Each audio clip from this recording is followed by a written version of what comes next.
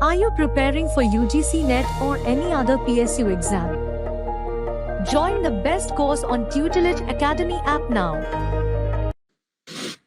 Yes, so friends, we will be starting now. A very good afternoon to everyone. And आज के session में हम लोग unit 2 human resource management जो है उसके कुछ बहुत ही इम्पोर्टेंट PYQs को सॉल्व करने वाले हैं और आपसे एक्सपेक्टेड है कि आप ये सारे सेशंस को देखें, क्वेश्चन जो कुछ भी है सारे क्वेश्चंस को समझें, कहीं कोई डाउट रह जाता है, कुछ भी समझ में नहीं आता है तो पूछें। आई एम अज्यूमिंग कि ये सारी क्वेश्चन जो मैं करवा रही हूँ इसका लेवल के अकॉर्डिंग आप अपनी प्रिपरेशन कर रहे हो और समझ पा रहे हो सारे आंसर्स को। चलिए, तो yesterday we were solving some questions and हमने सॉल्व किया था up to question number 11। Up to question number 11 हमने सॉल्व किया था। हमने देखा था कि अगर हम स्ट्रक्चर्ड सिचुएशनल इंटरव्यू तैयार कर रहे हैं तो उसका करेक्ट सीक्वेंस क्या है, ठीक है। तो हमने डिस्कस किया था कि स्ट्रक्चर्ड इंटरव्यू का मतलब क्या होता है। स्ट्रक्चर्ड इंटरव्यू मतलब क्वेश्चंस जो है ना वो हमारे पहले से प्रिपेयर्ड है। क्वेश्चन नंबर 1 2 3 4 5 6 7 8 9 10 जितने भी, आप वही सेटअप क्वेश्चन हर कैंडिडेट से पूछोगे और हर कैंडिडेट का अलग अलग आंसर होगा, उसके अकॉर्डिंग आप बेंचमार्क आंसर से कंपेयर करोगे, राइट। तो ये सारा हमने कल ऑलरेडी डिस्कस किया था, है ना। इसका आंसर सी है। सबसे पहले हम जॉब का एनालाइज करेंगे, है ना।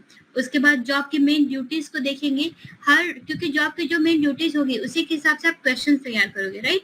तो आपने जॉब की मेन ड्यूटीज को देखा, फिर क्वेश्चंस तैयार किया, उसके अकॉर्डिंग बेंचमार्क आंसर तैयार किया जिससे आप कंपेयर करोगे और फिर इंटरव्यू पैनल में आप अपॉइंट करके कंडक्ट करोगे। Done, clear. चलिए अब आगे बढ़ते हैं। क्वेश्चन नंबर 12 देखिए, बहुत इंपॉर्टेंट क्वेश्चन हैं। Match the following technique of training list A with possible description with list B. Training है ABCD, इसे मैच करना है लिस्ट बी 1 2 3 4, ठीक है। तो इसे हम मैच करेंगे।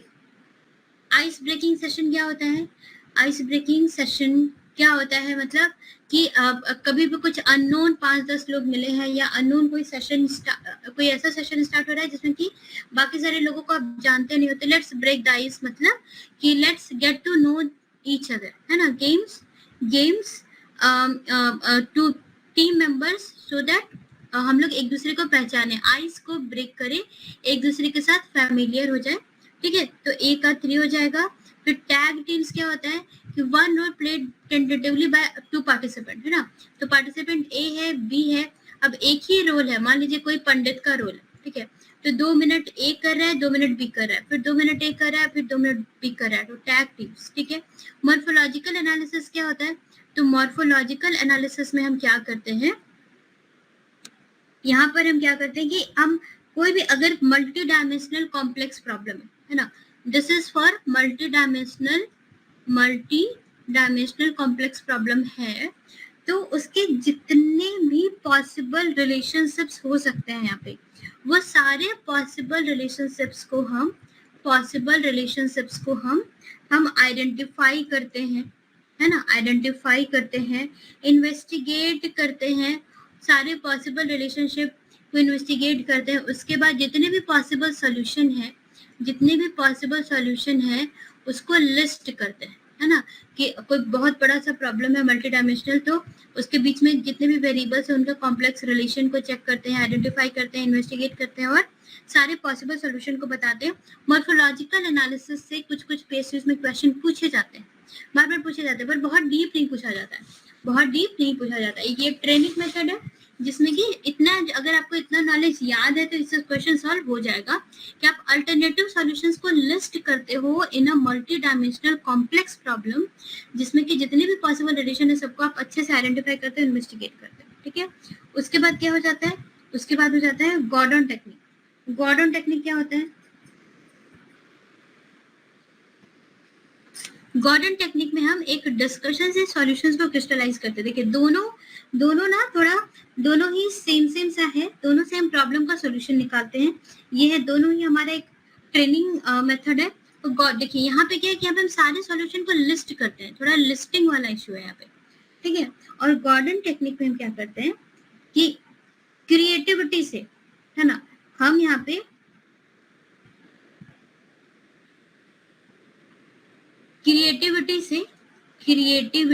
क्रिएटिविटी को यूज करते हैं और हमें कॉन्शियस डिसीजन लेते हैं क्रिएटिविटी को यूज करके। We steering a discussion to crystallise solutions को हम लोग पूरे जितने भी ग्रुप में जितने भी मेंबर्स हैं, ठीक है, तो सबसे बातें करते हैं। एक हम यहाँ पर हम थोड़ी क्रिएटिविटी को डेवलप न्यू आइडियाज है ना, आइडियाज और क्रिएटिविटीज को हम स्पेस देते हैं ग्रुप में कि भाई आप बताओ क्या होना चाहिए, और डिस्कस करके फिर सॉल्यूशंस को क्रिस्टलाइज करते हैं, ठीक है। तो यहाँ पे एक्चुअली होता क्या है कि जो इंडिविजुअल्स होते हैं ना शुरू में गॉर्डन टेक्निक में, they are unaware of problem initially. उनको शुरू में क्या प्रॉब्लम है नहीं पता होता, तो उनको सब पहले बताया जाता है कि भाई ये प्रॉब्लम है, now use your ideas, use your creativity, ठीक है।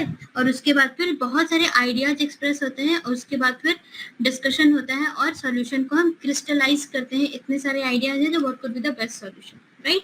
तो यहाँ पे ये दोनों थोड़ा सा डिफरेंस है मॉर्फोलॉजिकल एनालिसिस और गॉर्डन टेक्निक पे। यहाँ पे हम लिस्ट करते हैं मल्टीडायमेंशनल प्रॉब्लम को, और पहले से क्या पता हो ना पता हो डिपेंड्स, मतलब ऐसा कुछ जरूरी नहीं हो सकता है पार्टिसिपेंट्स को पहले से प्रॉब्लम पता हो, लेकिन गॉर्डन टेक्निक में पता नहीं होता, उनको बता के हम उनके आइडियाज को जानने की कोशिश करते हैं, ठीक है।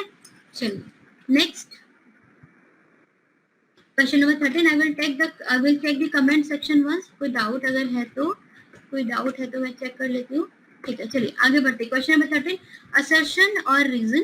तो असर्शन क्या है? Competency based job analysis describing jobs in terms of measurable, observable and behaviour competencies is gaining importance. Re-engineering design the business process in such a manner that small multidisciplinary self-managing teams get the task done together through multi-skilled competencies. ये this is a PYQ.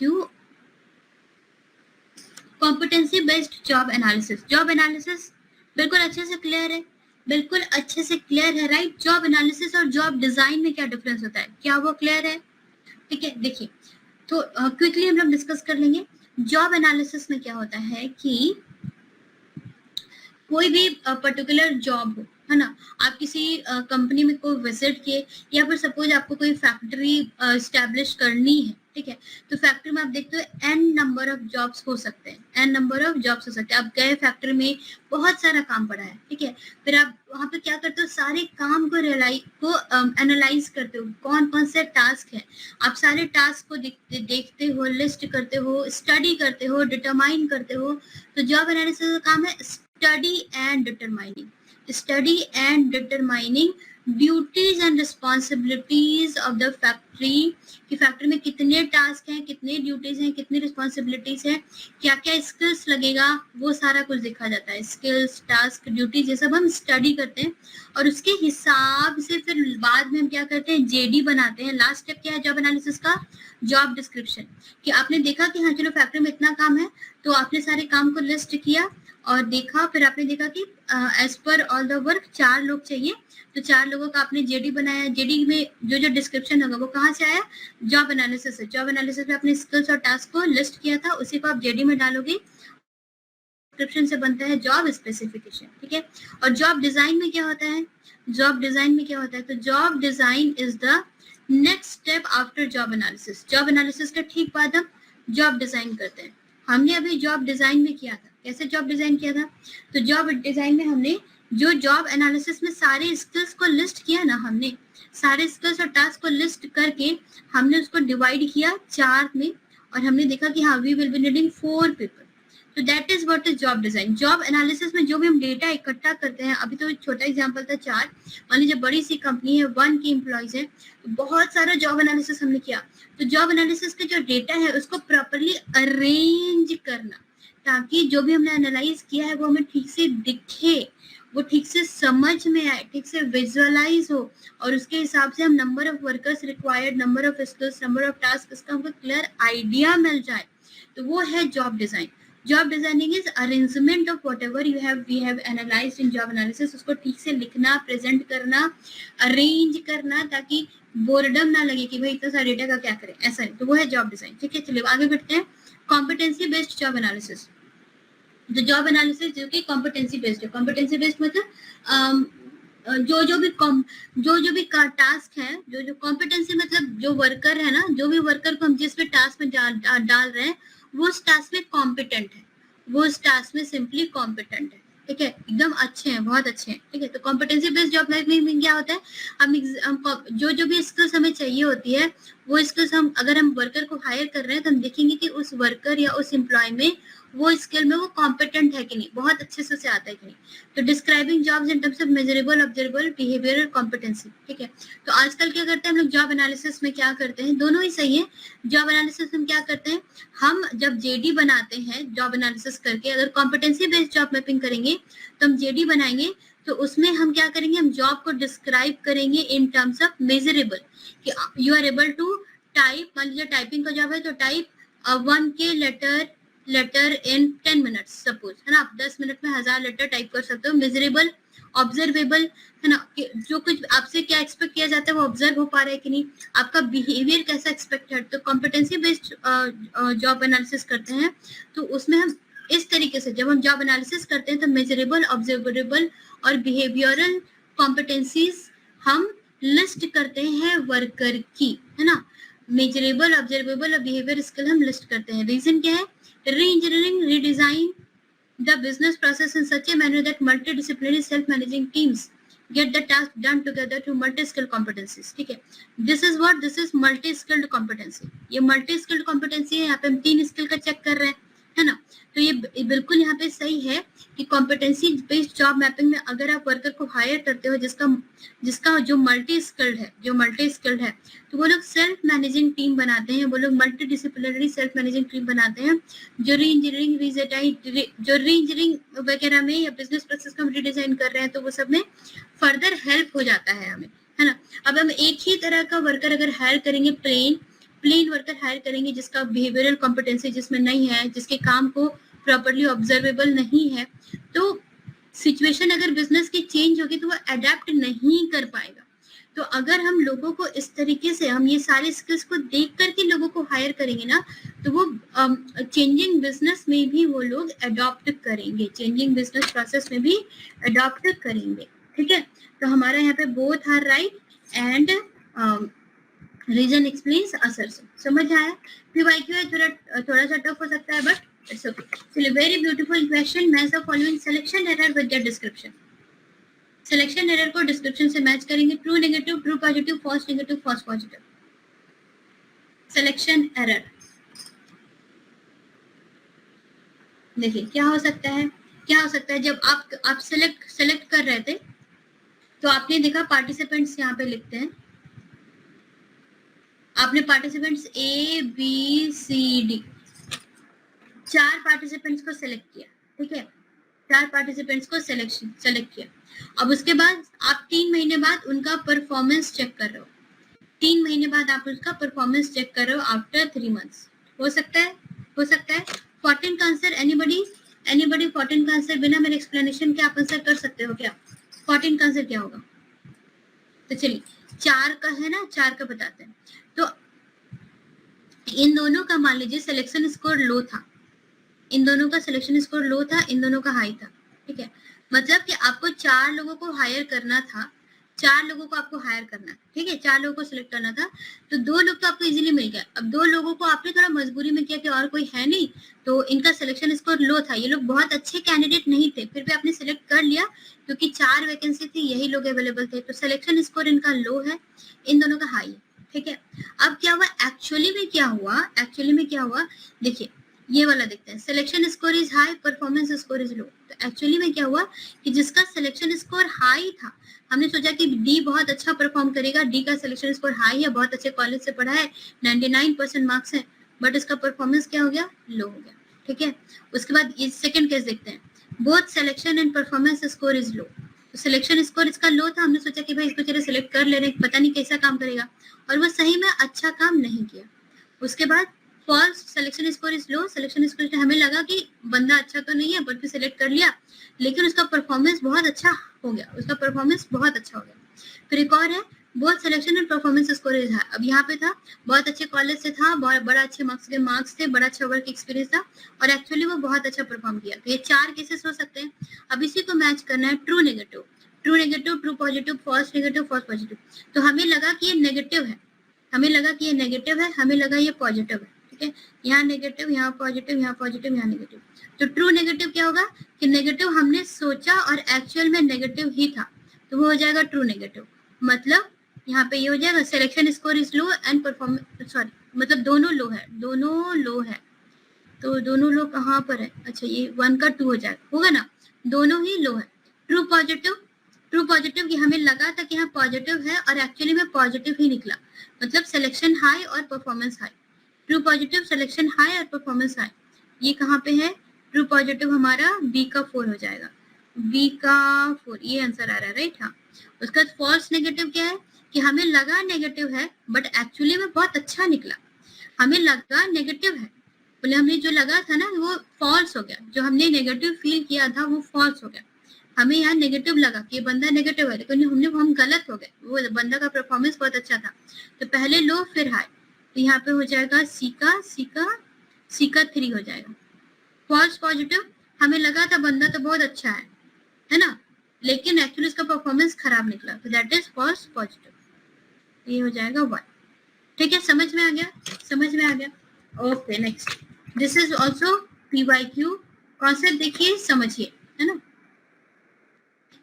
Next, a company decides on the following recruiting yield pyramid. एक company ने ऐसा recruiting yield pyramid निकाला, तो how many applicants the company must have generated. Very important question, इसे इस चाल से मतलब रिपीट इतने क्वेश्चन आते हैं बहुत बार। The ratio of offer to actual new hire is 2:1, where new hire will be 50. Candidate interviewed for offers 3:2. Candidate invited for interviews 4:3. Candidate called for candidate applied is 1:6. तो यहाँ पे क्या है, कैंडिडेट ने अप्लाई किया, फिर उनको कॉल किया, फिर जिनको कॉल किया उसको इंटरव्यू लिया, फिर जिनको इंटरव्यू किया फिर ऑफर दिया, फिर एक्चुअल हायर किया। तो यहाँ पे पूछ रहा है कि how many applicants company must have generated, मतलब यहाँ वाले नंबर पूछ रहा है कितने लोगों ने अप्लाई किया है, कितने लोगों ने अप्लाई किया है। ठीक है, if you have pen and paper तो क्विकली आप सॉल्व कर सकते हो।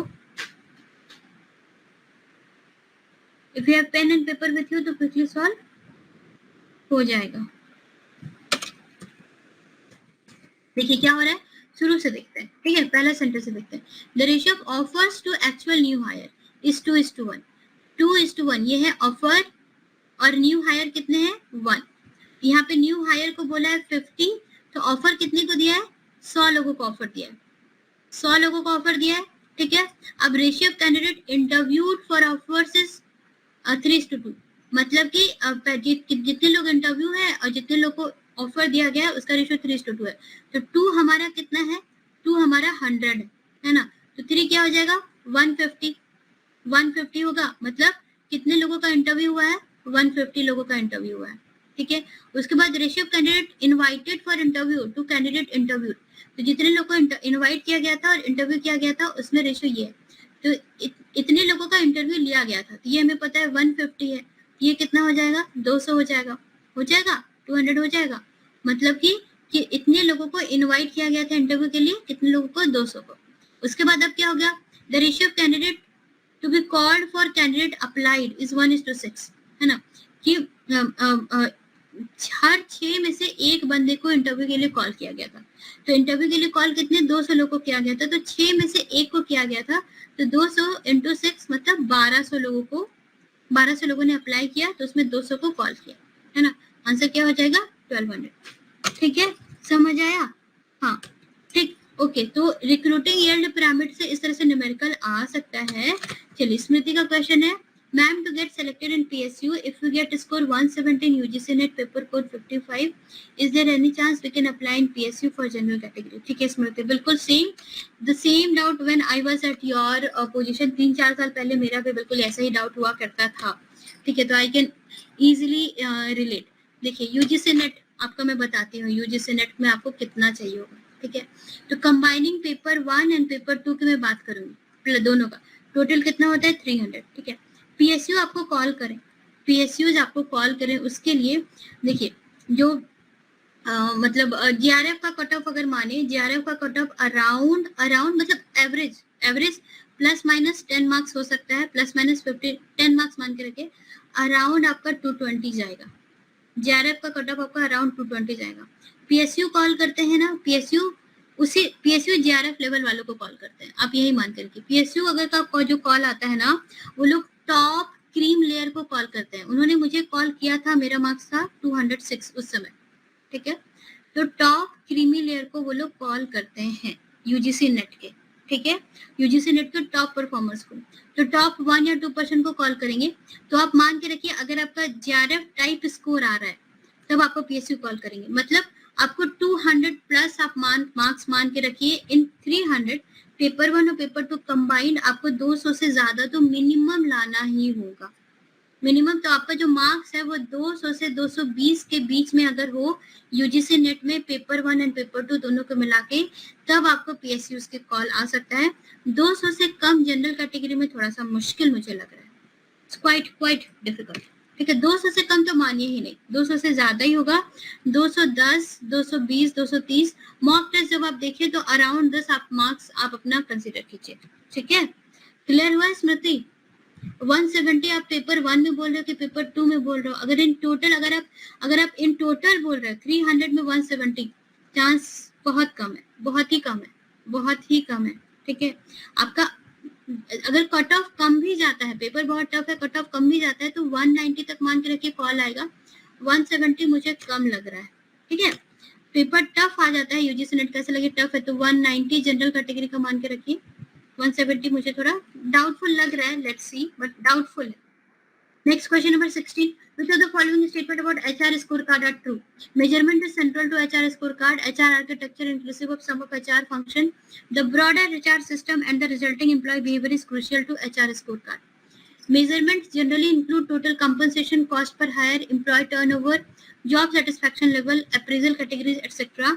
Capability, commitment, competencies, learning outcomes are difficult to be measured, resulting into a difference between what is measured and what is important in HR. ठीक है, चलिए मैं थोड़ा डिफिकल्ट से क्वेश्चन करवा रही हूँ। अगर आप लोग बोलोगे तो मैं थोड़ा मॉडरेट लेवल पे भी क्वेश्चन करवा सकती हूँ। मुझे पीएसयू और डिफिकल्ट लेवल के क्वेश्चन ही करवा रही हूँ अभी, और आप चाहोगे तो मॉडरेट थोड़ा कॉन्सेप्चुअल क्वेश्चन भी करवाया जाएगा। इफ यू ऑल वांट तो वैसा भी क्वेश्चन करवा दूंगी, क्योंकि मॉडरेट क्वेश्चन से कॉन्सेप्ट बिल्ड होता है और डिफिकल्ट क्वेश्चन से कॉन्सेप्ट प्रैक्टिस होता है, कॉन्सेप्ट प्रैक्टिस होता है। तो कॉन्सेप्ट बिल्डिंग में अगर इश्यू है तो मॉडरेट क्वेश्चन करवाया जाएगा, और कॉन्सेप्ट आपका बिल्कुल बिल्ड हो गया है, सब कुछ याद है, तो उसको प्रैक्टिस करने के लिए डिफिकल्ट क्वेश्चन। ये सारे क्वेश्चंस आपको यूपीएससी एएलसी में भी हेल्प करेंगे, असिस्टेंट लेबर कमिश्नर। अगर आप ईपीएफओ टारगेट कर रहे हो वहां भी हेल्प होगा, अगर आप जितने भी पीएसयू है उसको टारगेट कर रहे हो वहां भी हेल्प होगा। ये सारे क्वेश्चन आपको यूजीसी नेट में भी हेल्प करेंगे, ये सब जगह आपको हेल्प करेंगे ऐसे questions. First moderate to difficult, ठीक है। मैं कल कुछ मॉडरेट टू डिफिकल्ट से क्वेश्चंस करवाऊंगी, ठीक है। थोड़ा डिफिकल्ट हो जा रहा है, मॉडरेट टू डिफिकल्ट भी मैं कल कुछ क्वेश्चंस करवाऊंगी आपको, ठीक है। चलिए आगे बढ़ते, इसका आंसर हमारा डी है। वैसे बहुत डिफिकल्ट भी नहीं है। देखिए एचआर स्कोर कार्ड के बारे में क्या क्या सही है, बस वही देखना है। एचआर स्कोर कार्ड, आपने बैलेंस स्कोर कार्ड देखा है? Balance score card, if you have worked in any organisation तो आपने बैलेंस स्कोर कार्ड देखा होगा। बैलेंस स्कोर कार्ड क्या होता है? लास्ट में जब ईयर एंड होता है, ईयर एंड में आपने पूरे साल भर में क्या क्या काम किया, कितना टारगेट अचीव किया, कितना टारगेट अचीव नहीं हुआ, कहाँ कहाँ गलती हुई, कितने एरर हुए, ये सारा कुछ रहता है बीएससी में, ठीक है। दूसरी तरह एचआर स्कोर कार्ड में होता है, तो ये एचआर के वर्क के लिए होता है। Balance score card total overall employ क्या काम किया उसके लिए होता है। तो HR score card measurement is central to HR score card. HR score card के बारे में किसने बताया? टीवी राव ने बताया, यही। और ये बीएससी के बारे में किसने बताया? बहुत सारे लोगों को कंफ्यूजन हो जाता है। बैलेंस स्कोर कार्ड के बारे में बताया है नॉर्टन एंड कापलान, दो लोग हैं। नॉर्टन एंड कापलान का नाम आता है बीएससी में, इसका नाम आता है टीवी राव में। तो measurement is central to HR score card. HR architecture inclusive of some of HR function, the broader HR system and the resulting employee behavior is crucial to HR scorecard। बिल्कुल ठीक है। HR scorecard में हम क्या देखेंगे कि कि हमारे जो एम्प्लॉय हैं वो कितना सीख पा रहे हैं, कितना कर पा रहे हैं, उनका लर्निंग आउटकम कैसा है, थोड़ा इस तरह का HR टाइप चीज रहेगा। तो HR आर्किटेक्चर में HR फंक्शन होगा, और जितना एचआर सिस्टम हमारा बड़ा होगा, अब कोई कंपनी है टाटा, टाटा का एचआर सिस्टम बहुत बड़ा है, तो रिजल्टिंग एम्प्लॉय बिहेवियर जो है crucial to HR score card. तो एचआर स्कोर कार्ड में यही सबसे रिलेटेड चीजें होती है, तो मतलब कुछ नेगेटिव तो नहीं लग रहा है। तो मेजरमेंट इसमें यही सब होता है कि टोटल कंपनसेशन कितना है, cost per hire, employ turnover, job satisfaction level, appraisal categories, ये सब रहता है। तो ये सब टेंजिबल चीजें हैं। कुछ नॉन टेंजिबल चीजें भी हमें मेजर करनी होती है।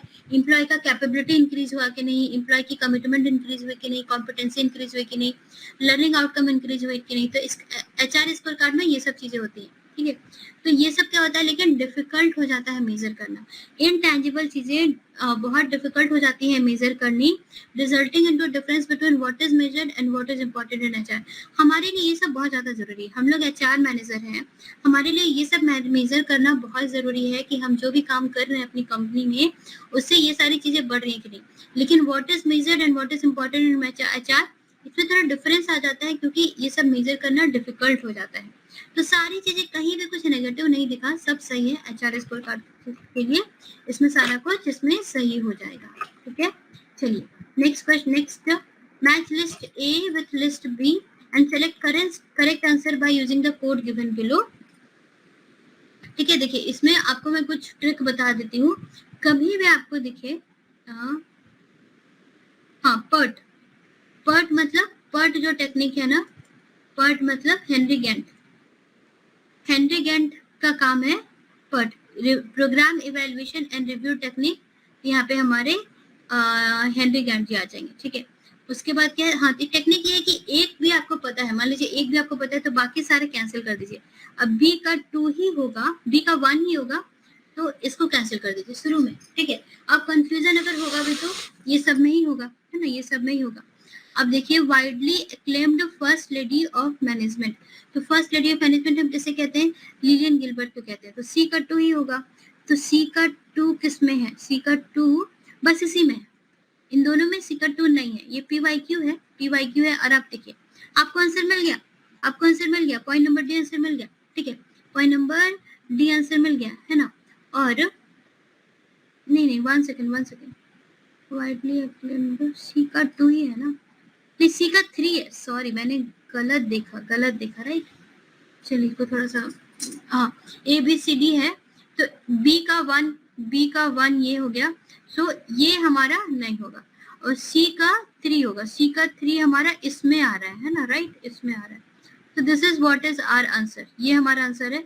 और यहाँ पे एक बात ये है, ह्यूगो मिस्टेबक, ये पहली बार यूएसपीएससी में आया है। जब भी आपको इंडस्ट्रियल साइकोलॉजी की बात दिखे, इंडस्ट्रियल साइकोलॉजी में आप हमेशा ह्यूगो मिस्टेबक को याद कीजिए। कुछ कीवर्ड जो है ना वो लिख लेना पड़ता है यहाँ पे कि ऐसा है तो ऐसा ही होगा, ठीक है। जैसे ह्यूगो मिस्टेबक है, तो ह्यूगो मिस्टेबक का काम इंडस्ट्रियल साइकोलॉजी में है, हमेशा याद रखिए, है ना।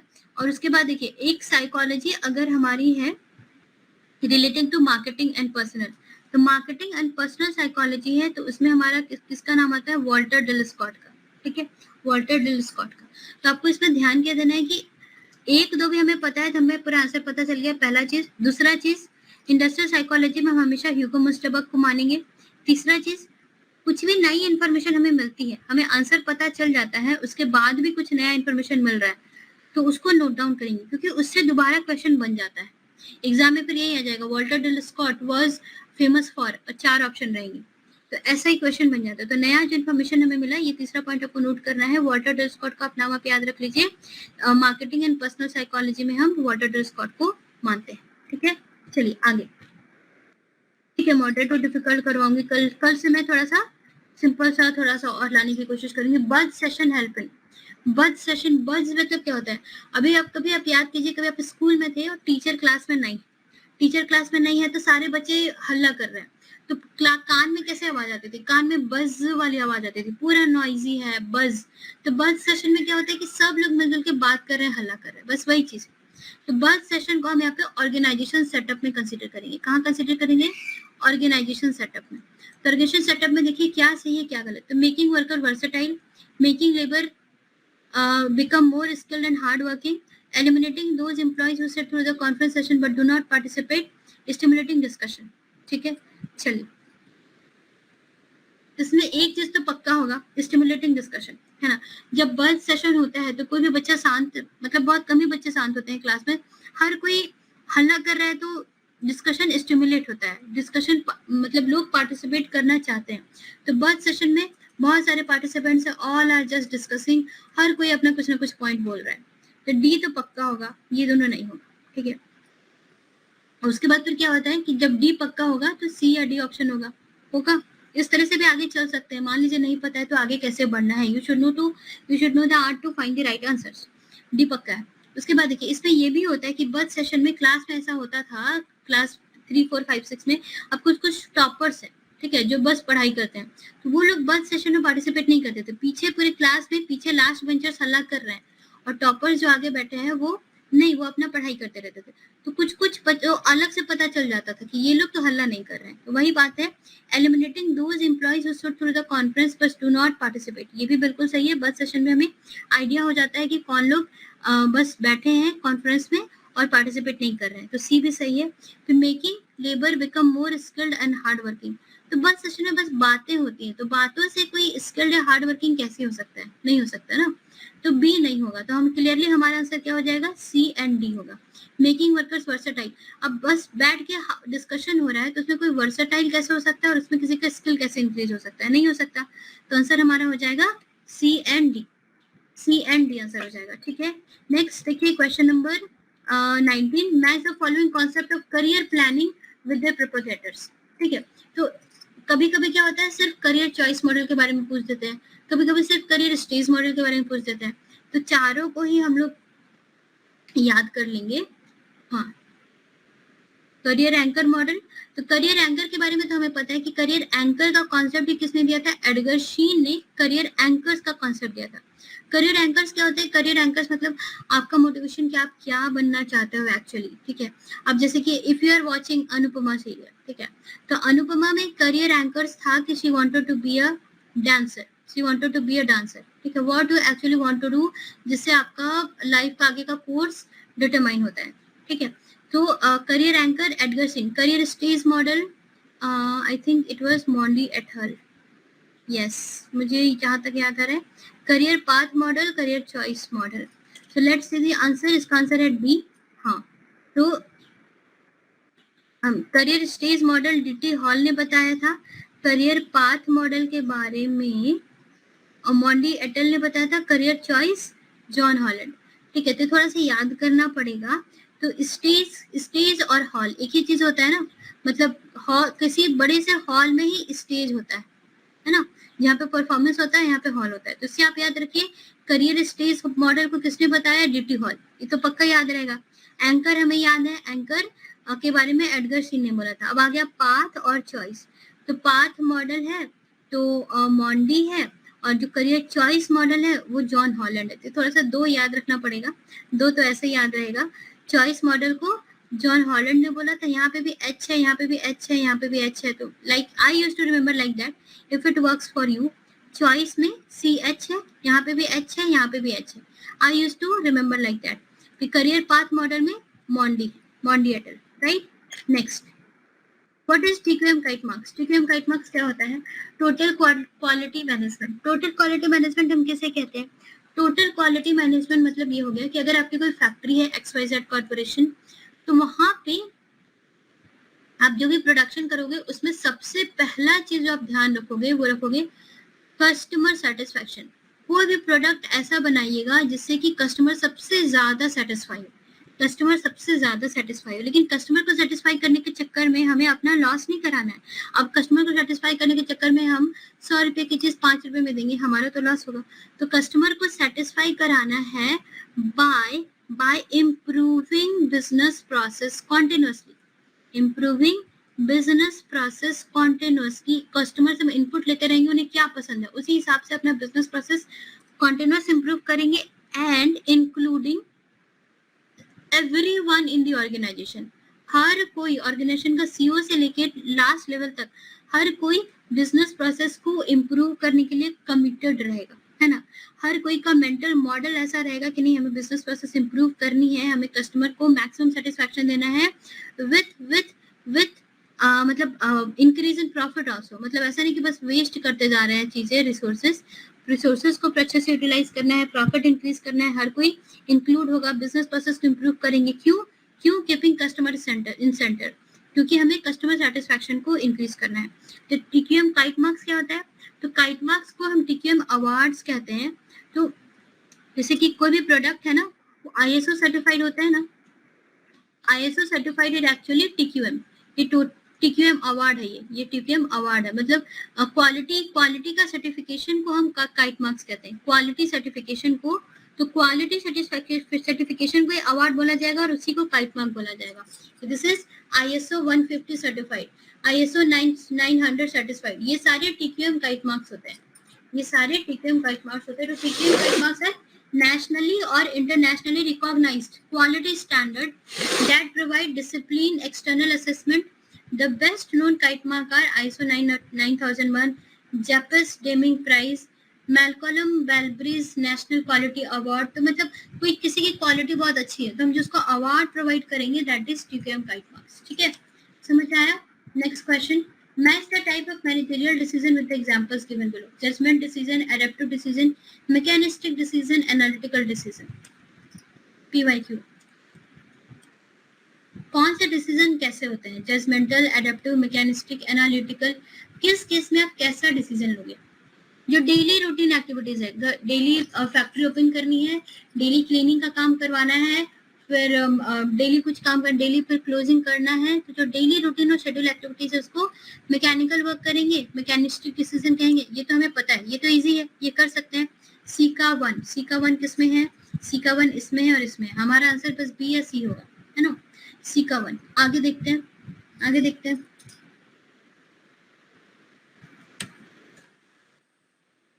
जजमेंटल डिसीजन, एडेप्टिव, मैकेनिस्टिक और एनालिटिकल डिसीजन। देखिए होता क्या है, देखिए जब भी कॉम्प्लेक्स चीजें जब भी होती हैं, देखिए एनालिटिकल स्किल्स क्या होती है? What do you mean by analytical skills? Analytical skills मतलब कि उसमें आपको इमोशंस, फीलिंग्स, ये सब खत्म, जजमेंट खत्म। एनालिटिकल में आपको क्या लगाना है? सिर्फ और सिर्फ एक चीज, लॉजिक लगाना है, बस इसमें यहाँ पे कैलकुलेशन एंड लॉजिक लगाना होता है। बाकी आपको इंट्यूशन ये सब नहीं कराना पड़ता है, इंट्यूशन नहीं, क्या क्या चीजें सही है, मोरालिटी नहीं, ये सब फीलिंग्स वाला कोई चीज नहीं आएगा। एनालिटिकल में लॉजिक लगाइए, कैलकुलेशन लगाइए। तो कॉम्प्लेक्स प्रॉब्लम और इंजीनियरिंग प्रॉब्लम्स को सॉल्व करने के लिए हम एनालिटिकल चीजें यूज करेंगे। एनालिटिकल मतलब मैथ्स वाली चीजें हो गई, लॉजिक वाली चीजें हो गई, कैलकुलेशन वाली चीजें हो गई, तो एनालिटिकल। जजमेंट जहाँ पे हम देखते हैं कि ये सही होगा, ये गलत होगा, थोड़ा इसमें दिमाग लगाते हैं, थोड़ा इसमें इंट्यूशन लगाते हैं, थोड़ा फीलिंग्स लगाते हैं। जजमेंट तब करते हैं, है ना, हमारे हिसाब से क्या सही होना चाहिए, हमारे हिसाब से क्या गलत होना चाहिए। तो यहाँ पे थोड़ा पे एनालिटिकल की काम नहीं है। तो यहाँ पे मार्केटिंग, इन्वेस्टमेंट, पर्सनल, आप इन्वेस्टमेंट आपको कहाँ करना है, तो आप जज करते हो ना कि हाँ ये कंपनी ए थोड़ी ठीक लग रही है, मुझे ठीक लग रहा है, तो आप अपना जजमेंट लगा रहे हो, आप अपना इंट्यूशन लगा रहे हो। यहाँ पे जजमेंट ही ठीक है। मार्केटिंग हमारी कैसे, मार्केटिंग हमारा किस तरीके से होना चाहिए, हमारी एडवर्टाइजिंग कैसी होनी चाहिए। पर्सनल प्रॉब्लम मतलब इंडस्ट्रियल डिस्प्यूट वाला प्रॉब्लम अगर हो जाता है तो कॉन्सिलेशन में डाले, आर्बिट्रेशन में डाले, एडजुडिकेशन में डाले, थोड़ा ये सब जजमेंट वाला डिसीजन होता है। ठीक है, बचा क्या? Adaptive, research and development and long term corporate. इसमें क्या है, जो भी डिसीजन हमें अडॉप्ट करना पड़ता है ना। पॉइंट नंबर सी आंसर है, राइट, ए का 3, हाँ बिल्कुल सही। एनालिटिकल, एडेप्टिव का बी का 4 होगा, हाँ बिल्कुल सही। ठीक है, पॉइंट नंबर सी आंसर होगा हमारा। तो रिसर्च या डेवलपमेंट में जो भी आता है, अगर कोविड का स्टेज 3 है, मतलब स्टेज 3 वैक्सीन आया, तो हमने क्या किया, उसको रिसर्च करके आया, उसको हमने अडेप्ट कर लिया, राइट। तो यहाँ पे हमारा आंसर ये हो जाएगा। तो इस तरीके से तो जो भी आपका आधा नॉलेज भी दिमाग में है, आपको आंसर नहीं आ रहा है, तो सोच के आंसर फाइंड करना है। Next, read the following statement about staffing as a strategy for mission. Identify the ones which are true. Yes, read the following statement about staffing as a strategy for mission. So organization need to hire best people among emphasizing person organizing fit over person job fit. Organisation fit और job fit में क्या difference होता है? Organisation fit और job fit में क्या difference होता है? जॉब फिट मतलब आपको कोडिंग का काम, ठीक है, कोडिंग का काम है। तो आप क्या करोगे, आप देखोगे कि दुनिया का सबसे अच्छा कोडर कौन कौन से अच्छे हैं, कोडर कौन कौन से अच्छे आपने उनको आइडेंटिफाई करके बस हायर कर लिया। ऑर्गेनाइजेशन की वैल्यूज और मिशन से इन कोडर का कोई मतलब नहीं है। ऑर्गेनाइजेशन की वैल्यूज हो सकती हैं, मान लीजिए एनवायरमेंट फ्रेंडली डिसीजन, कोडर अपना अलग जा रहा है, भाई हटाओ, हम मुझे बस कोडिंग करना है, घर जाना है। जॉब फिट, ऑर्गेनाइजेशन फिट मतलब जो लोग ऑर्गेनाइजेशन में कमिटेड होते हैं, टिकते हैं और ऑर्गेनाइजेशन के वैल्यूज और ऑर्गेनाइजेशन के मिशन से रिलेट करते हैं। क्लीन एनर्जी चाहिए। कल गेल का मिशन क्या है? गेल का मिशन है क्लीन एनर्जी, नेचुरल गैस को यूज करना, क्लीन एनर्जी लोगों में लाना। यहाँ पे हर किसी का विजन मिशन जो है ना वो मैच हो कि नहीं, clean energy is the requirement, we should work as per that. तो वो पर्सन हो जाएगा ऑर्गेनाइजेशन फिट, जो कि एक्शन में टिकता है। और जॉब फिट में बस काम लेते हैं, बाकी फिर गुड बाय, ये बार बार फिर जॉब स्विच भी कर लेगा 2 महीने के बाद। लेकिन यहाँ वाले लोग जॉब स्विच नहीं करते हैं क्योंकि वो ऑर्गेनाइजेशन से कमिटेड होते हैं। Organization need to hire people with unique as well as complementary KSA in order to have the capability to implement flexible and focused business strategies in a fast changing environment. बिल्कुल सही है। अब fast changing environment है तो हमारे जो KSA है तो हमें यूनिक KSA और कॉम्प्लीमेंट्री KSA दोनों की तरह के लोगों को हायर करना चाहिए ताकि वो फ्लेक्सिबल एनवायरनमेंट में, फास्ट चेंजिंग एनवायरनमेंट में उनको एडजस्ट करने की कैपेबिलिटी हो। Organization need to hire people with talent and creativity to contribute to business strategies. बिल्कुल सही है। In a manner that will take possible course of action in any direction. कभी भी कोई भी business strategy हमारा change हो गया तो हम ऐसे लोगों को हायर करेंगे जिनके पास टैलेंट और क्रिएटिविटी हो कि किसी भी बिजनेस स्ट्रैटेजी को वो समझ सके, इंप्लीमेंट कर सके। ABC, ठीक है। क्वेश्चन अगर थोड़ा टफ सा भी लगे तो मतलब ऑप्शन इजी मिल जाएंगे आपको, ठीक है। चलिए last question for the day, which of the following is not a best practice in high commitment pay? Last question, कौन सा इसमें हाई कमिटमेंट पे का बेस्ट प्रैक्टिस नहीं है? High wage policies to attract, retain and motivate the best talent that is based on the belief what you get what you pay for, ठीक है। Employ security is essential to be the employer of choice and it is the bedrock for high quality work and willingness to be flexible and motivated. देखिए, है ना, तो high commitment पे में क्या होता है कि हम हाई बेस पॉलिसी देते हैं ताकि बेस्ट टैलेंट को हम मोटिवेट करें, रिटेन करें, अट्रैक्ट करें और उनसे अच्छा काम भी करवाएं। ज्यादा काम भी करवाते हैं और ज्यादा पैसे भी देते हैं। Employment security is essential to be the employer of choice and it is the bedrock for high quality work and willingness to be flexible and innovative, ठीक है। हाई कमिटमेंट पे होता है तो लोग हाई क्वालिटी वर्क भी provide करते हैं, फ्लेक्सिबल होते हैं, इनोवेटिव होते हैं। लो क्वालिटी पे होगा, लो कमिटमेंट पे होगा तो मतलब थोड़ा कम हो जाता है इनोवेटिव और high quality work. Encourage employ ownership for the employees, बिल्कुल सही है ना। हाई कमिटमेंट पे में कमिटमेंट बढ़ता है तो एम्प्लॉय ओनरशिप भी बढ़ता है। नॉन इगैलिटेरियन सिंबल, इगैलिटेरियन मतलब क्या होता है? इक्वालिटी। तो नॉन इक्वालिटी वाली कोई भी चीजें या पर की साइड आता है, मतलब यहाँ पे ये थोड़ा नेगेटिव सा टर्म है कि नॉन इक्वालिटी वाला सिंबल है, नॉन इक्वालिटी वाला पर की साइड्स है कि मतलब अनइक्वल डिस्ट्रीब्यूशन हो सकता है इन सबका, ये थोड़ा नेगेटिव सा लग रहा है तो ये हमारा गलत हो जाएगा, हमारा पॉइंट नंबर बी ही आंसर हो जाएगा, राइट। तो point number B will be answer for कौन सा बेस्ट प्रैक्टिस नहीं है? हाई कमिटमेंट पे का। ये एक PSU का क्वेश्चन था, PYQ, ठीक है। तो इस तरीके से आपको सॉल्व करना है। कल मैं कुछ आपको कॉन्सेप्चुअल क्वेश्चन करवाऊंगी चेक करने के लिए कि आपके कॉन्सेप्ट्स कितने क्लियर। कॉन्सेप्ट्स रिलेटेड कल कुछ मॉडरेट क्वेश्चन करवाऊंगी जिसमें मान लीजिए जॉब डिस्क्रिप्शन क्या होता है उससे रिलेटेड क्वेश्चन करवाऊंगी कि आपको थोड़ी ट्रिकी से ऑप्शंस रहेंगे कि जॉब डिस्क्रिप्शन के बारे में आपको सब चीजें क्लियर है कि नहीं। तो कल थोड़ा इस तरह का सेशन रहेगा कॉन्सेप्चुअल, राइट। चलिए, so with this I will be ending the session today and I hope you like it. I hope आपको समझ में आ रहा है कि आपको तैयारी कहाँ तक ले जानी है, कैसे करनी है। The more you practice, the more you get to know the question, the more you try your mind to solve this question, आप उतना ज्यादा पॉलिश होगे, उतना निखरोगे और उतना अच्छा आपका PSUs में सिलेक्शन का चांसेस बढ़ेगा, ठीक है। चलिए, ठीक है। So I will be ending the session now. Thank you all for your time. Thank you.